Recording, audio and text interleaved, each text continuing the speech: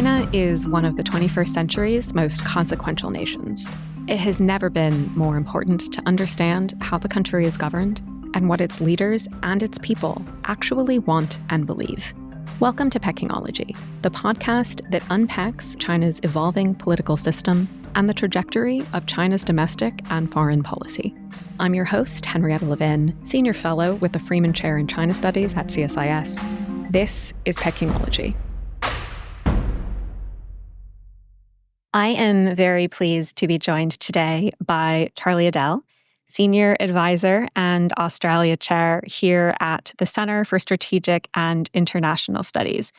I've been wanting to do a China-Australia episode for a while now, in part because our listeners keep requesting one, and I want to prove that we really do read all the emails, but also because Australia stands as a really interesting lens through which to unpack China's strategy for dealing with U.S. allies, for ramping up economic coercion and ramping it down again, for influencing democratic politics, and for winning over the most Sino-skeptical players in the Indo-Pacific. And of course, it's instructive to look at how Australia is responding and working to shape the trajectory of China-Australia relations.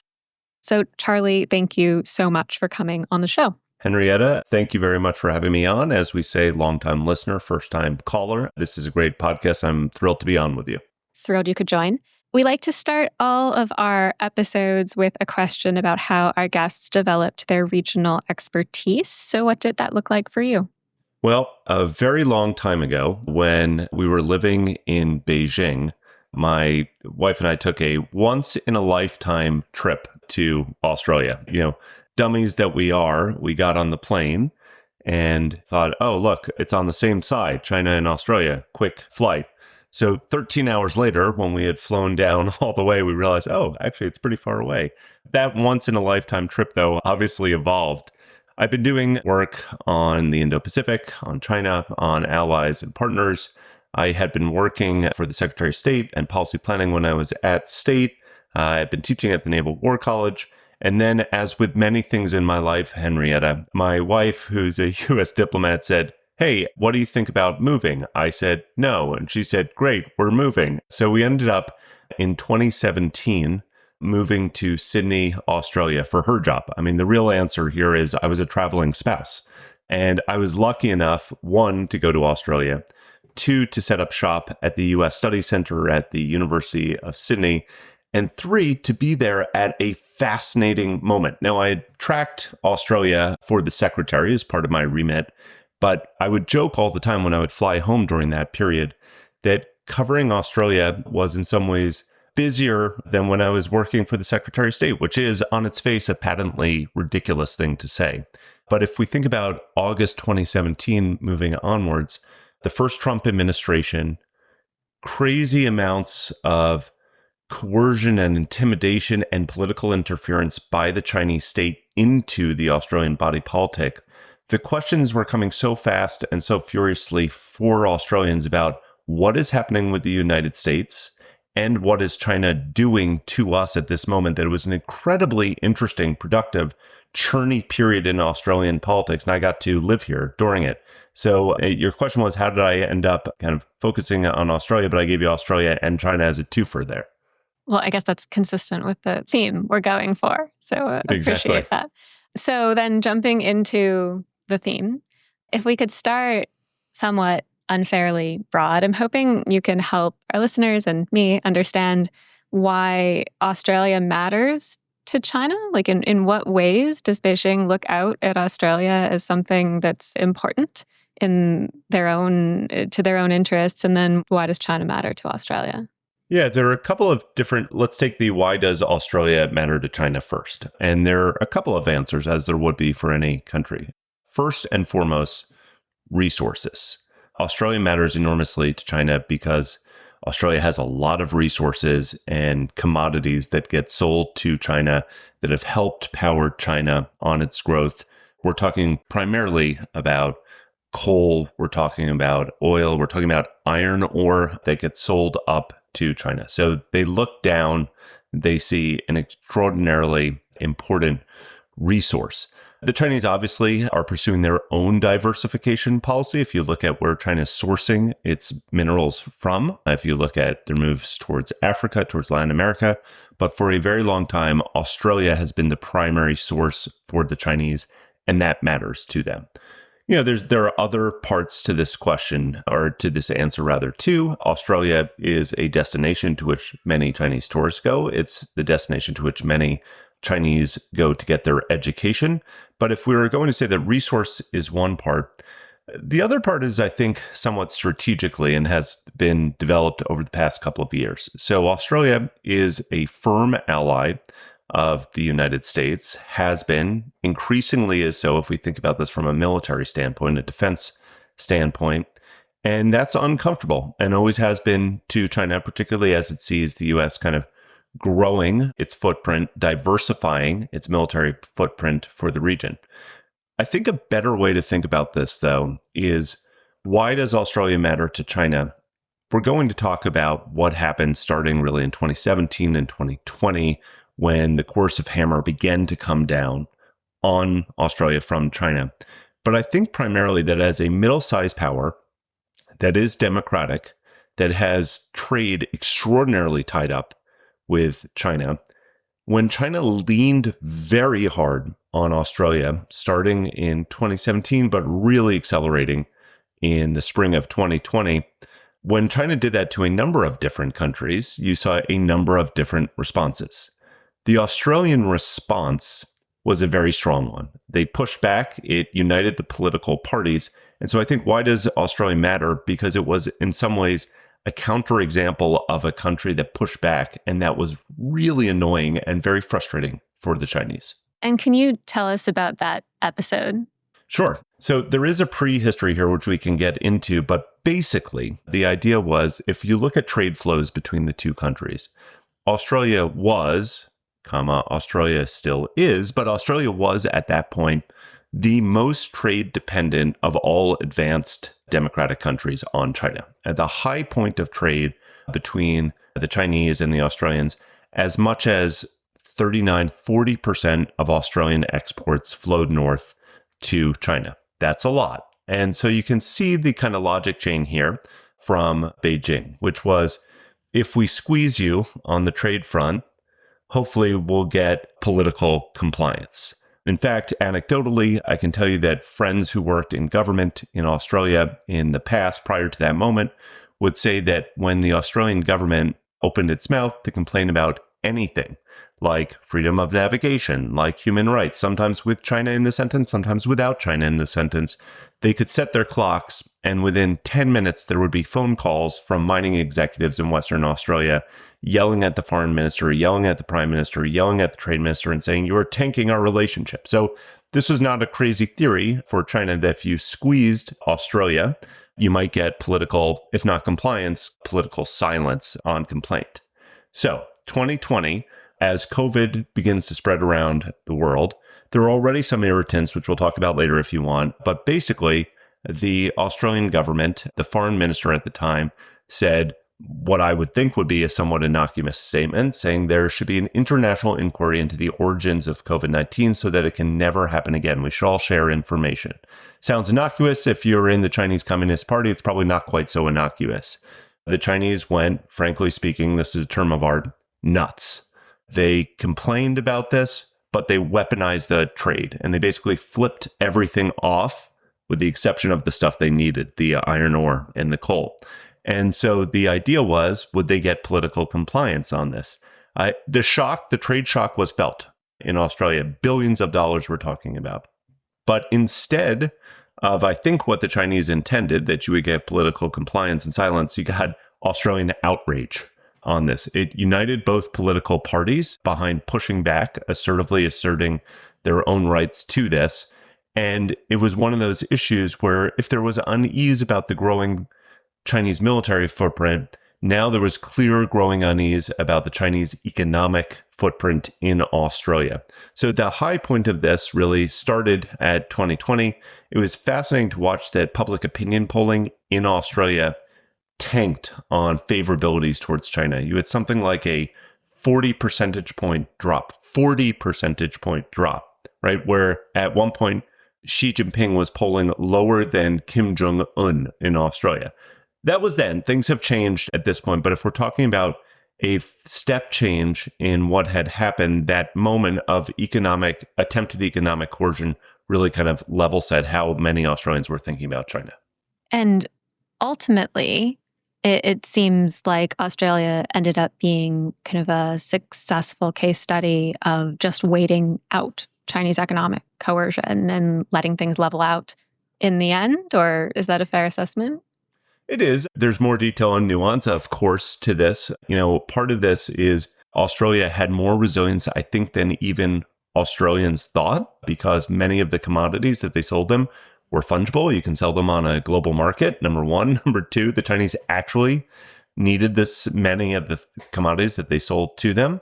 And yes, to your point, I think it's a useful one that when you have political unity for this, in fact, political outrage for this, like things went into a tailspin between the two countries. There was a deep freeze that they called it, where there were no official visits for quite a long time. And lo and behold, the Chinese, of course, did not back down and then looked for a moment to recalibrate their relationship. So they waited until there was an election in Australia. They waited until the parties had switched for the first time in a decade. And then they went about kind of resetting and slowly pulling off some of these trade restrictions and trade barriers, just as the Australian government watched its rhetoric more closely, decided that it wouldn't call out China by name. So there was a resetting on both sides on this, I think, but fundamentally a climb down on Chinese trade restrictions, while, as the Australians like to say, they didn't change their security settings at all. I appreciate your use of the term security settings. I feel like it's very oceanic to talk about policy settings. I hear that whenever I'm down there. So it seems like the tale you have illustrated here is a good example of how Australia can be a confounding factor for China. And it's a strong middle power with its complex, deep democratic politics allied to the US, but then with this very strong economic relationship to China in a geography that's very important to China, but lying outside of the immediate periphery around which Beijing has increasingly structured its regional strategy. So how does Australia fit into China's broader order building project for the Indo-Pacific? Like, where does Australia fit into the community of common destiny for Asia? Yeah, well, it's not in the first island chain. It's not the first chip that will fall from the Chinese perspective. It lies outside. And frankly, from a kind of a political assessment, I think we can say that at this point, while various Chinese leadership might attempt to entice, might attempt to wedge the Australians, for the most part, I think they've counted the Australians out, right? That the Australians are going to side with America, even if they'll do it ambiguously on certain things. So it's not the first thing that they'll look at on this. However, as with a lot of other things, where does Australia sit? Well, it sits, as I kind of jokingly said, like not so close, right? It's a 13-hour flight. But if we think about historically where Australia has sat, although I guess where it has sat, the geography hasn't really changed. It's when we think about kind of simply from a military campaigning perspective. Australia is a resupply hub for any type of contingency that might develop between the United States and China. If we think about that from World War II, the United States kind of based itself after it had to retreat out of the Philippines and elsewhere before it staged north into and then beyond Papua New Guinea and moving from there. This matters, I think, a lot to the Chinese when they think about their future Sinocentric order. One, to make sure that is that much harder for both the United States and for China. So when the Chinese think about Australia strategically, they want to, if not neutralize it, make it as hard as possible, both for the Australians, but for the United States and Australia to use Australia when it stages north. It's also, as I said a second ago, Henrietta, I think that because Australia is seen as a real U.S. ally, but also as a real U.S. ally that has extraordinarily deep ties economically primarily, but also culturally with China, that the more you can wedge or diversify how allies would react to any type of contingency, the more challenges that creates for the US. I'm not sure if that's, your question, but again, it's not the same, obviously, as Taiwan. It's not the same as the Paracel Islands. It's not the same as Vietnam because the rings get concentric and move further out. But again, and I should say too, we were talking about the economic coercion. We haven't yet talked about some of the acts of political influence that happened in Australia. There was a moment about 8-9 years ago where there was some overblown rhetoric writing that Australia was about to go red. Not true in any way, shape, or form. However, the question about whether or not the Australians themselves would be willing to commit to use themselves as a base or use their assets is a live debate that still goes on here in Australia. And you mentioned the wedges that China may try to drive here. And so I think we all know and see in Asia, in Europe, really around the world, that a key priority for China is trying to drive wedges between the US and its allies. And of course, now the United States is also driving some pretty significant wedges between the United States and its allies. So how is that playing out in Australia?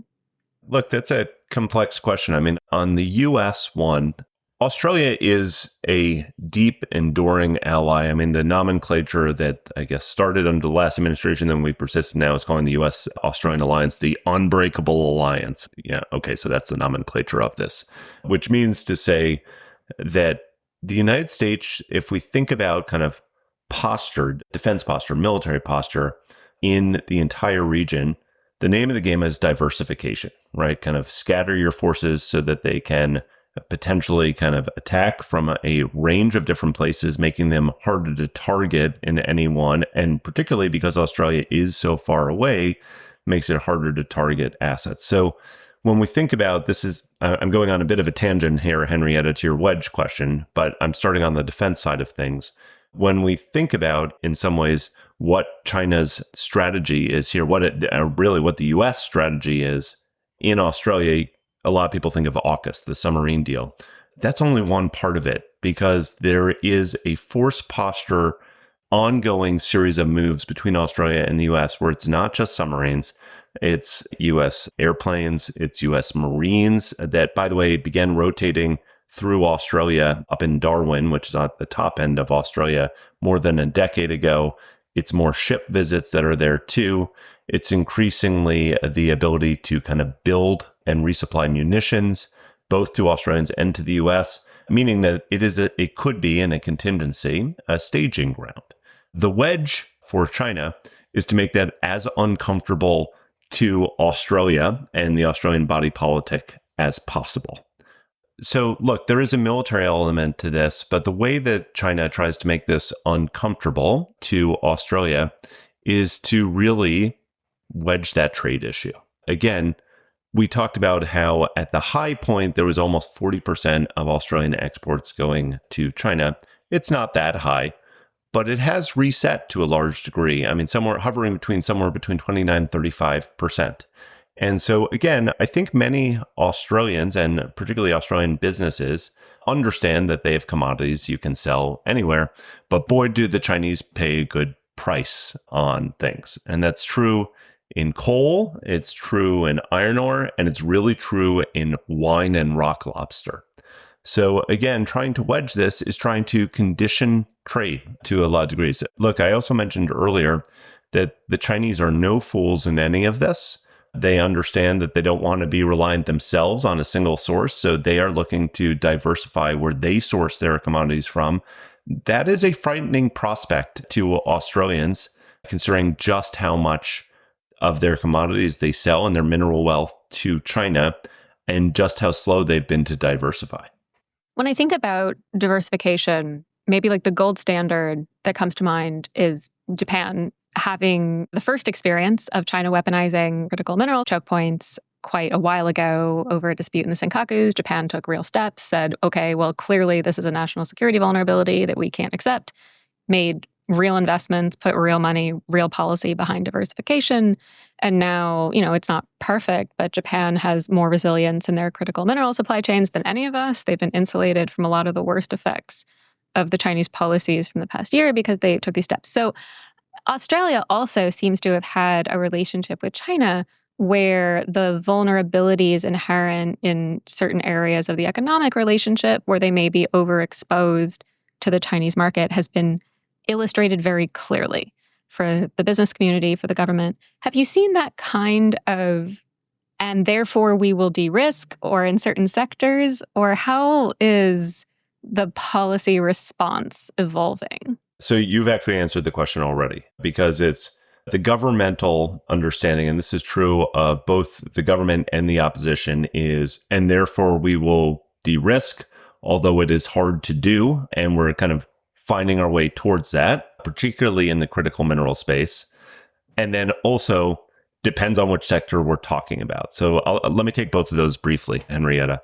So I'll give you a quick story that in 2019, in the summer of 2019, so July, August 2019, so that is approximately 6 to 8 to 9 months, depending on how you count, before the onset of COVID, before the onset of the weaponization of trade from China to Australia. A friend and I wrote a report of the future of U.S.-Australian relationships in an era of great power competition, otherwise known as China. That was not in the title, it just what obviously was the subtext to the report. We briefed the report, amongst other things, to a whole slew of business leaders in Sydney and Melbourne. And the basic argument was economic diversification strategies are obviously going to look different for the United States than they are for Australia. In the United States, we're going to have a long debate about what decoupling looks like or de-risking looks like. But the throw weight of our economies mean that's going to be a long and drawn out process. And we'll come to it eventually, but it's going to play out over a number of years. In Australia, it's about diversification because you're over leveraged on a single market and you have commodities that you can sell elsewhere.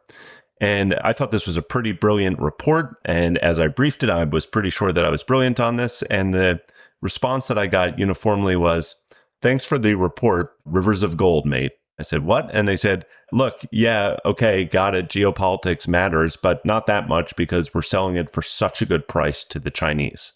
And I said, "Sure, that makes some sense, but wouldn't you want to begin to hedge your risk as a business person or people? You hedge risk all the time on capital, on talent. Now we're just making the argument that geopolitics is another area where you have to begin to hedge risk.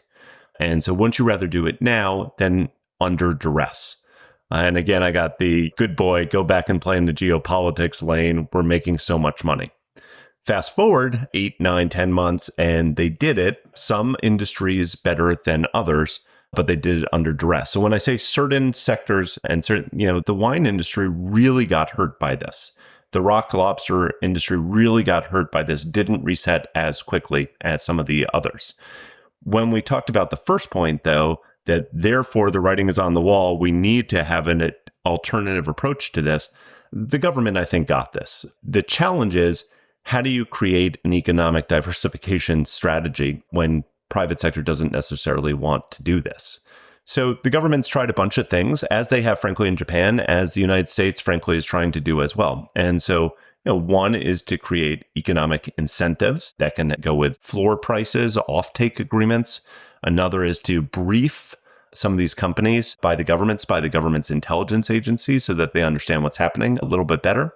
And the work has been slow, but I think recognizable in many of the sectors. And so it's playing out most clearly in critical minerals, that obviously the West writ large does not have the ability not only to mine, but clearly to refine critical minerals, a key input to the future economy in so many ways in the 21st century.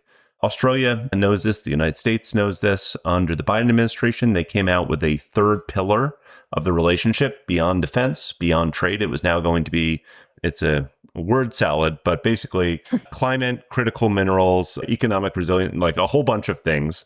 But this is going to be one of the pillars. And it's worth pointing out that, an Australian company, Lynas, has stronger rare earths processing capabilities than probably anyone else outside of China or outside of the Chinese supply chain. Well, they're the only one that's managed to make a profit in rare earths because they set up a refinery in Malaysia, amongst other places. And their CEO, their soon-to-be stepping down CEO, Amanda Lacaze, has been outspoken about how important it is not only to do this, but to have governmental support for this.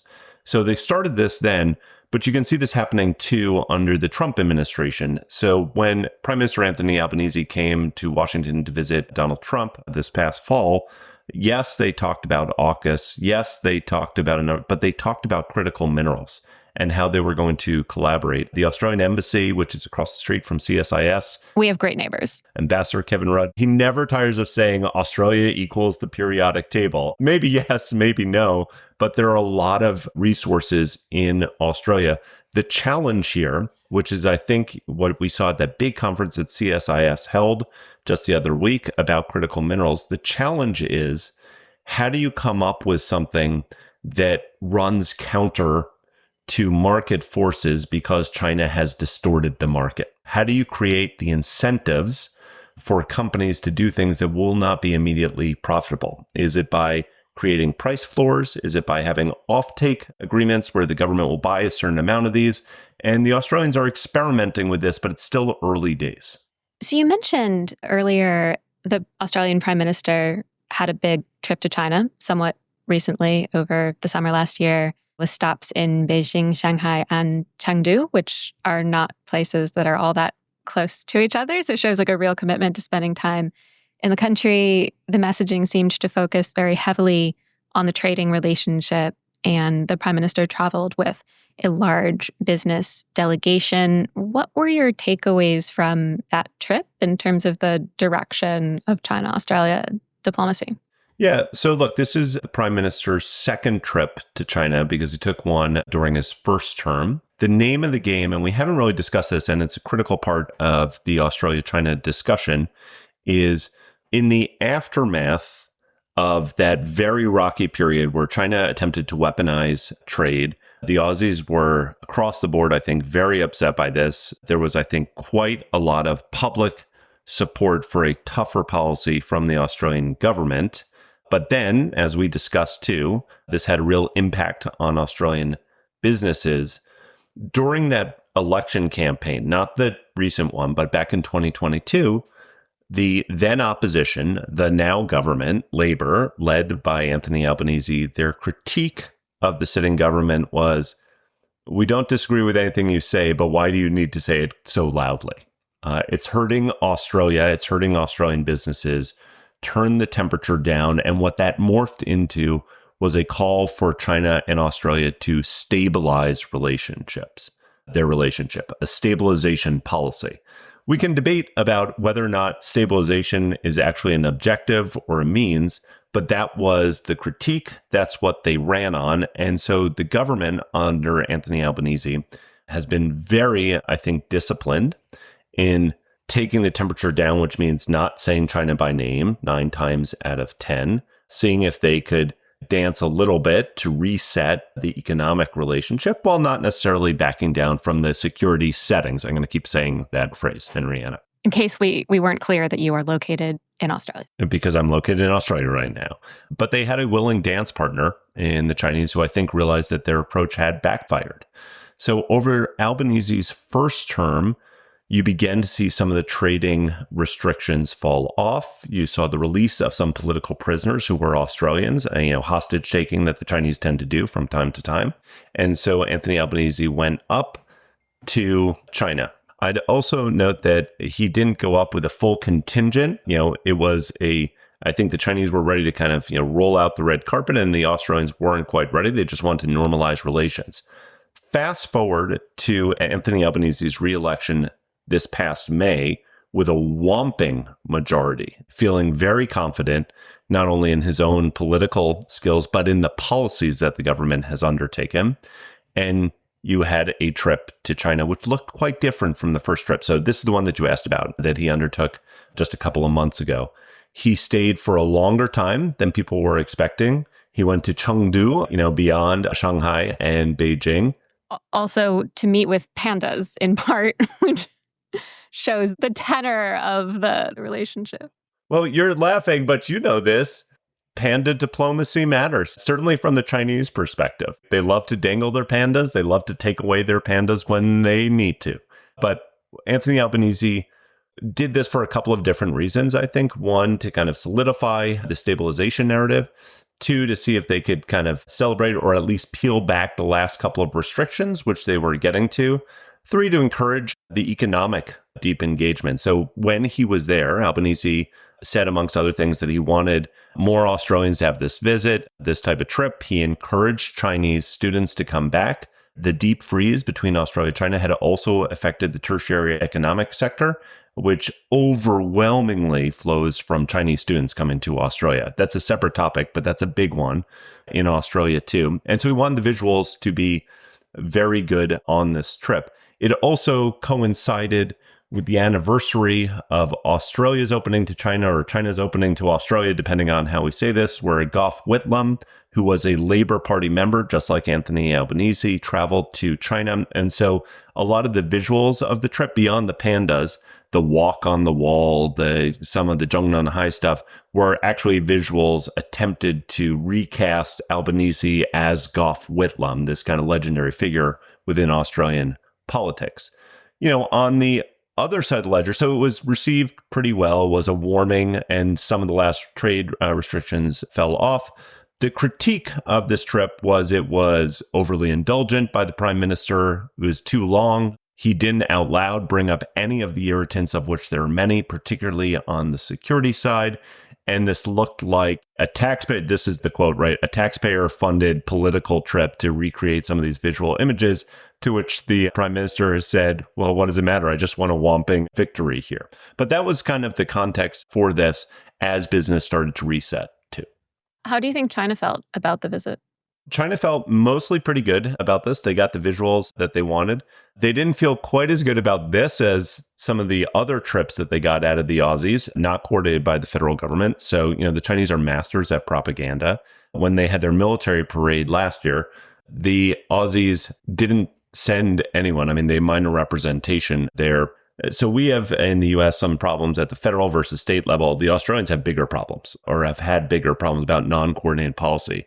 So a former premier, that's a governor of Victoria, went basically because he's a businessman now too, and stood next to Vladimir Putin. Former foreign minister Bob Carr also went up and then realized he probably shouldn't be there and stepped out of the picture. The Chinese were much happier with that trip because it gave them everything they wanted propaganda-wise than they were with Albanese's, but they were pleased by the Albanese trip. However, and there is a big however, if you kind of track Chinese state media on this, there's a little bit occasionally of befuddlement from the Chinese on the Aussies about, we don't understand, there's pretty good goodwill between the governments, good people-to-people ties, extraordinary business ties.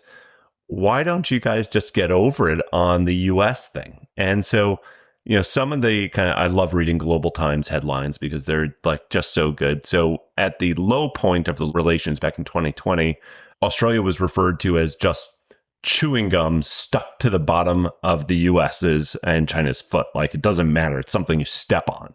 Charm offensive. Clearly, in the aftermath of the Albanese trip this past year, good signs from the Chinese press, lots of glowing, editorials about the reset, the recalibration, the stabilization, the Australian word, not the Chinese word.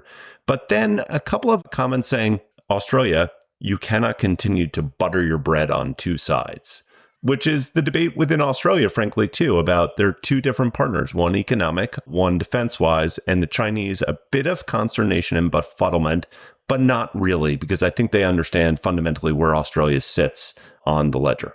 You hear this lecture from Beijing to many US partners, for the Europeans, it says well, you can't be both partners and rivals with China, because that's their framework, that we are partners and rivals, and a lot of concern about the sides of bread that receive butter. Yeah, let me just note that the Australian government under Anthony Albanese, clearly under the foreign minister, Penny Wong, has said that their very disciplined approach to stabilization has allowed them to condition the Chinese to accept that they will have more friendly relations, they will stabilize, they want to build in space for inevitable ups and downs in the relationship but that Australia won't stop doing what it's going to do in the security space. It's not going to stop partnering with the US.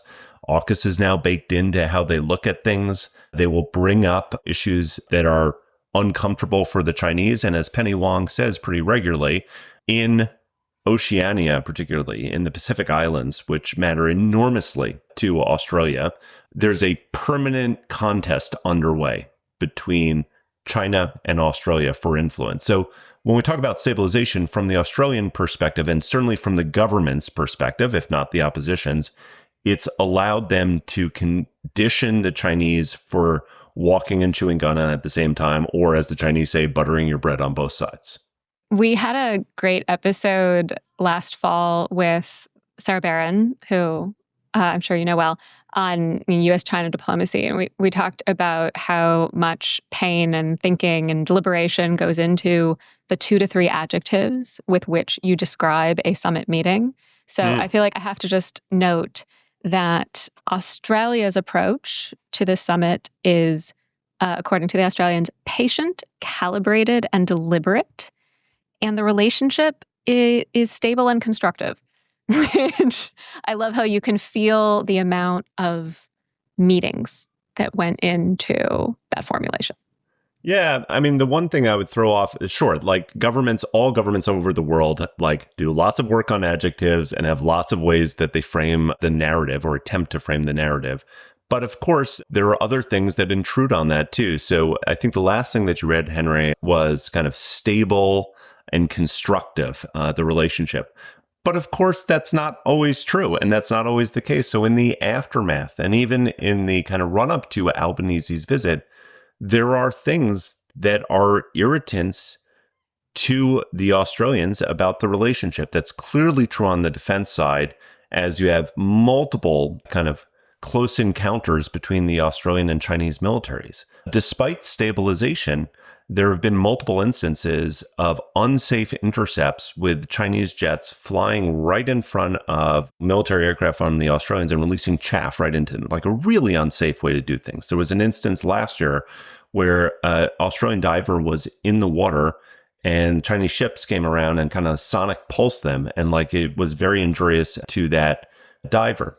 These are things that are uncomfortable. And then that's before we even begin to talk about things like China wants Australia to know consistently that it can reach out and touch them.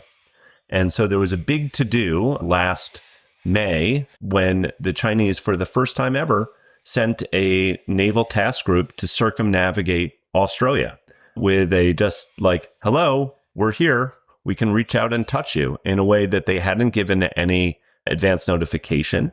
In fact, they did live fire drills between Australia and New Zealand that they didn't give any notification to, that the Australian and New Zealand government found out about because commercial airline pilots were calling in that they were being diverted from airspace because there were going to be missiles flying around. There are irritants in the defense space, in the economic space, in the political space, despite the Australian government, despite the Chinese government's attempt to frame this as constructive.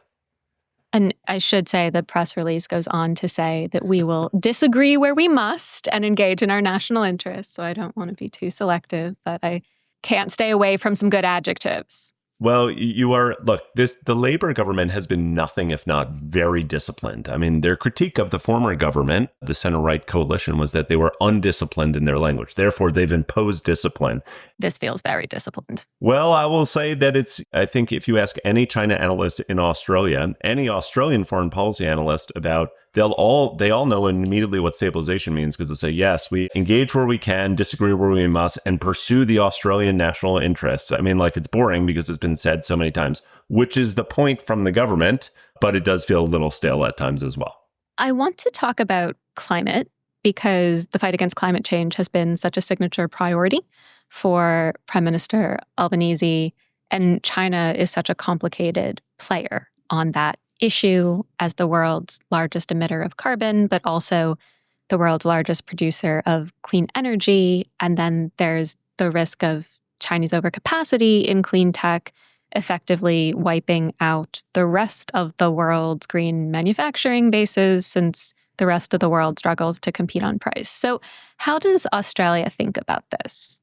It's complicated, as they say, but there are a couple different ways that they think about this. So the first is, right, there's not necessarily an automatic reaction to everything China does. And in clean tech, clean energy, there is a natural attraction in some ways. And forget about the natural attraction. There's just a pragmatic approach that many of the inputs to a decarbonizing strategy, if you look down the supply chain, emanate from China at this point. So you need it for some of the things that you want, even if you're aware of the Chinese strategy, which is more than just an energy strategy that's coming to eat your industries as well. So there's a pragmatic approach. There's also a clear, I think, de-risking approach to how Australia will pursue a cleaner agenda. That's obviously less true in its relationship with the United States under Donald Trump, but under the Biden administration too, because this is a clear priority for Australia. The idea to pursue a clean energy strategy in tandem with other allies and partners, not the United States right now, was a higher agenda item, particularly as they look to de-risk some of their trade dependencies and their supply chain dependencies with China. And then there's frankly one that the Australians are still at the outset of thinking through, which is just as the United States had a made in the US approach, we know that the Chinese had their own industrial approach dating back almost a decade at this point, the China 2025 strategy.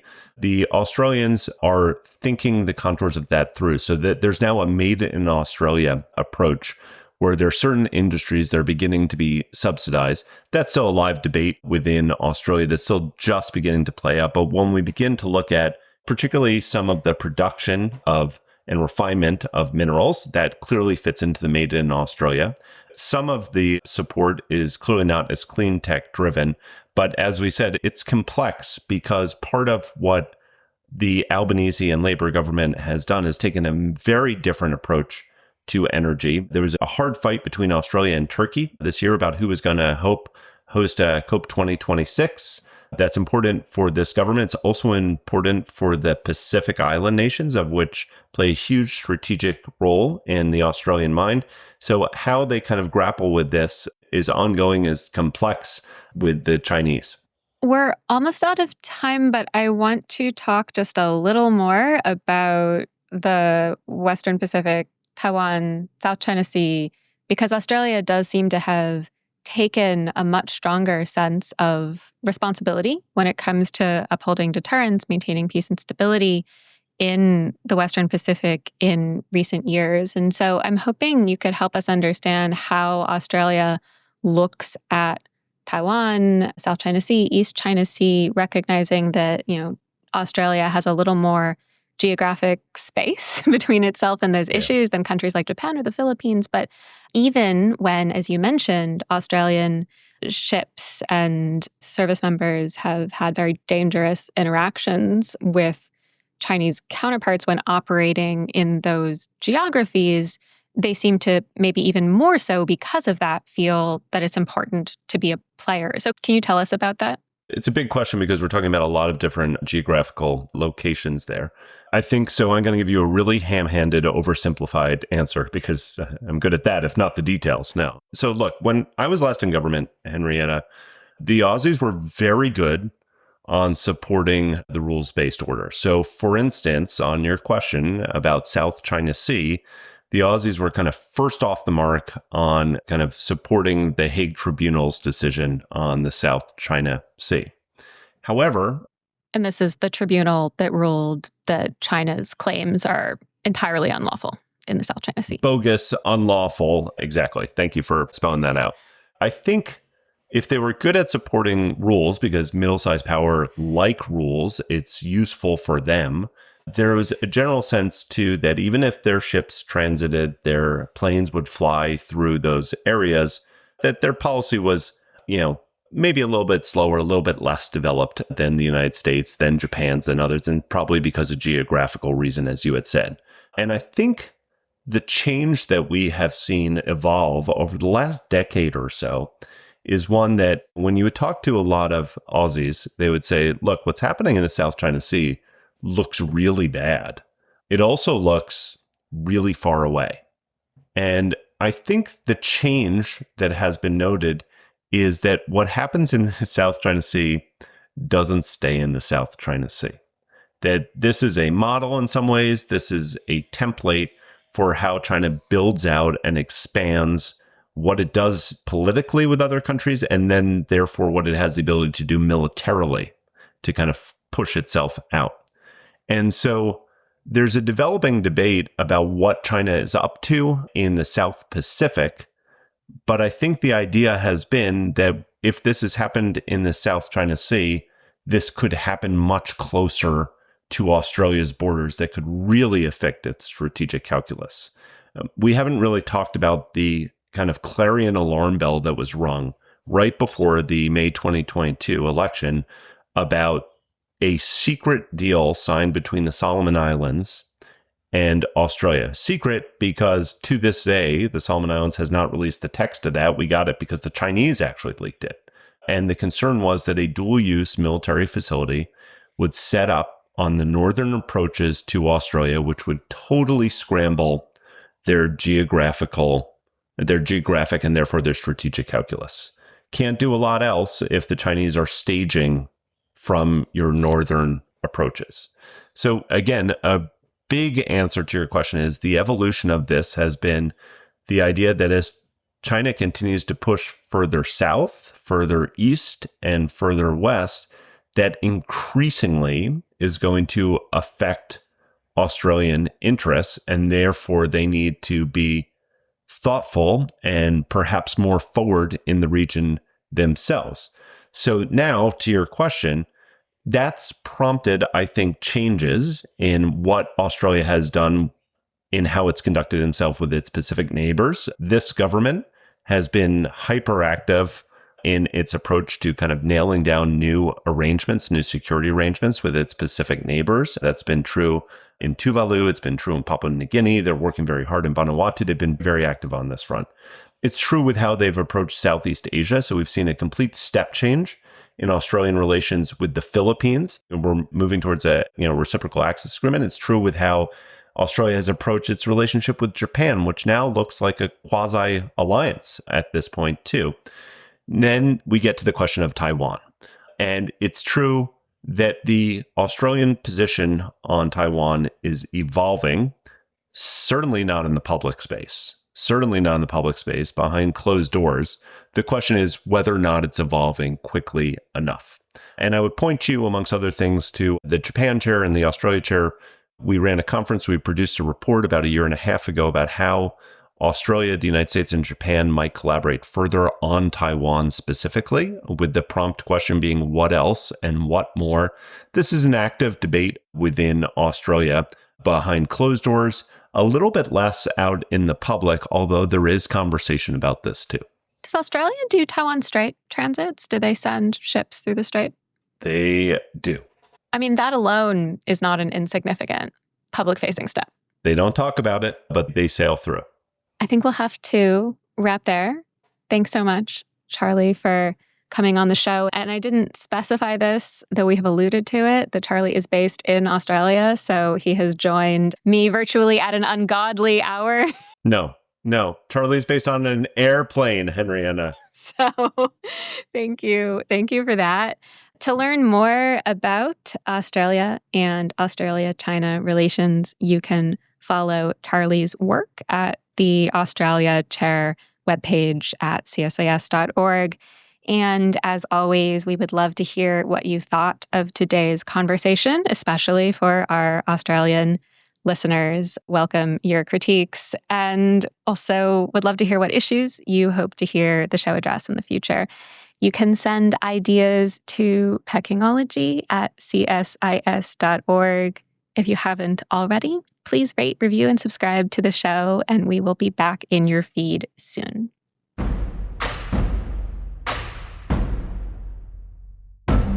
If you enjoyed this podcast, check out our larger suite of CSIS podcasts. You can listen to them all on major streaming platforms like Apple Podcasts and Spotify. Visit csis.org/podcasts to see our full catalog.